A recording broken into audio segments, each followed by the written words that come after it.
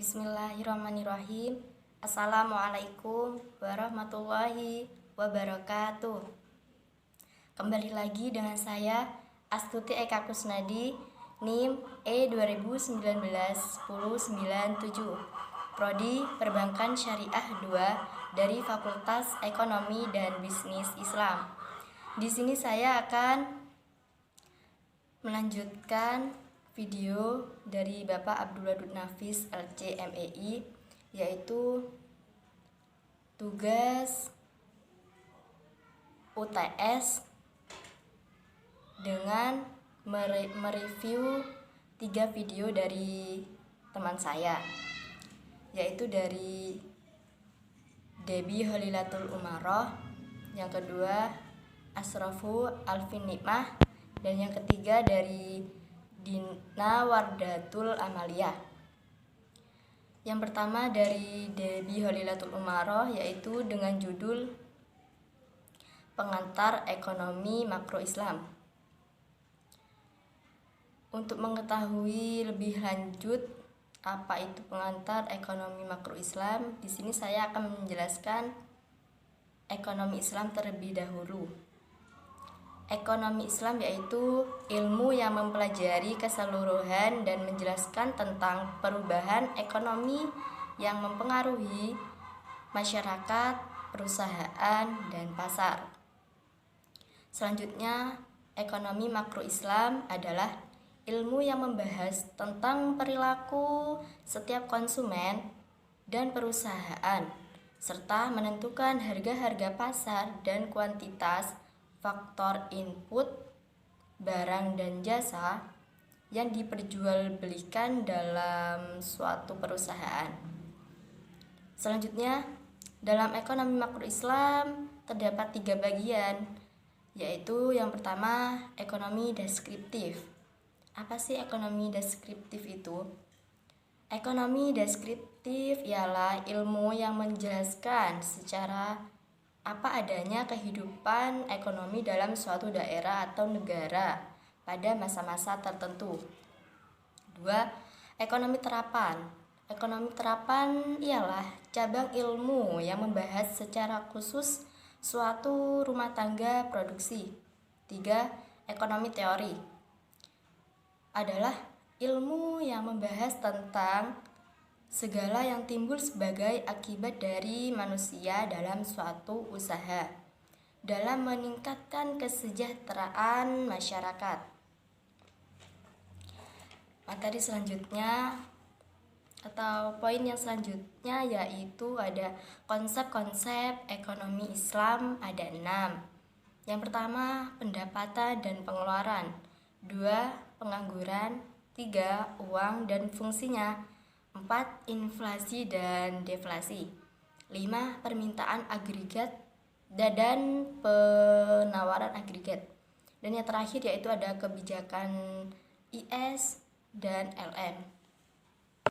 Selanjutnya yaitu review materi dari Asrafu Alvin Nikmah dengan judul Ekonomi Terbuka dalam Perspektif Ekonomi Islam atau Ekonomi 4 Sektor. Apa sih ekonomi 4 sektor itu? Ekonomi 4 sektor ialah perekonomian suatu negara yang terlibat perdagangan antar negara. Hampir seluruh negara di dunia menganut perekonomian terbuka ini dengan ikut perdagangan internasional karena akan memperluas pasar dan meningkatkan daya saing produksi dalam negeri. Poin selanjutnya yaitu ada faktor penentu impor. Yang pertama, apabila barang diperlukan negara lain dan mereka tidak dapat memproduksi barang tersebut atau produksinya tidak dapat memenuhi keperluan dalam negeri. 2. Mutu barang. 3. Cita rasa masyarakat luar negeri terhadap barang yang diekspor. 4. Kemajuan teknologi dan ekonomi negara.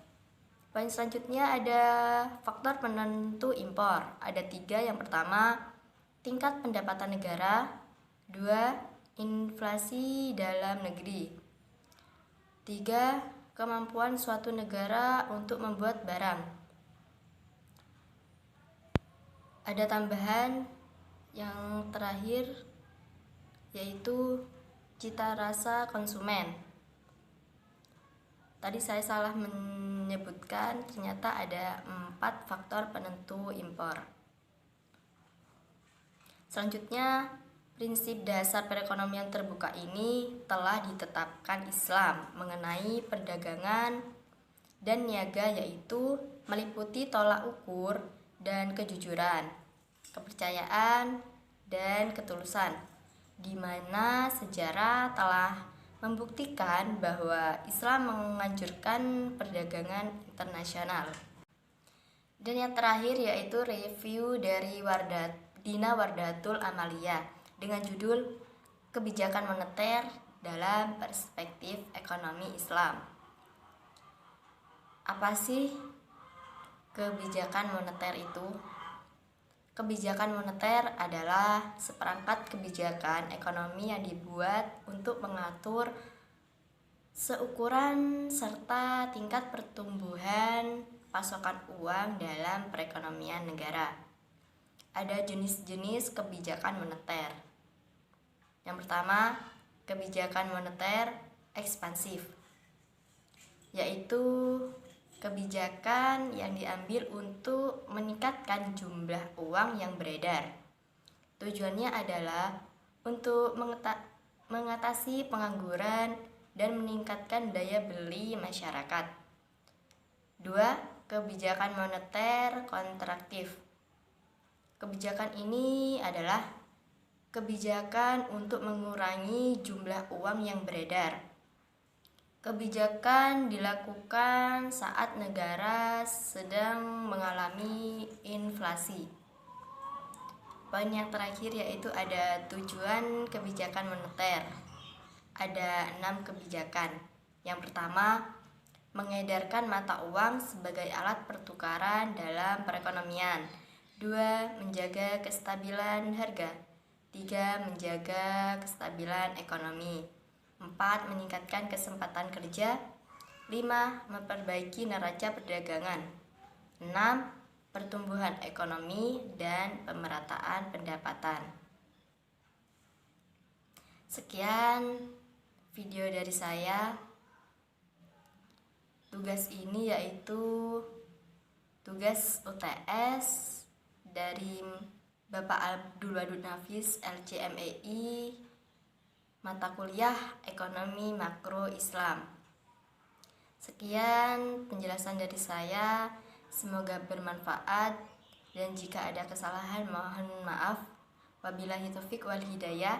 Assalamualaikum warahmatullahi wabarakatuh.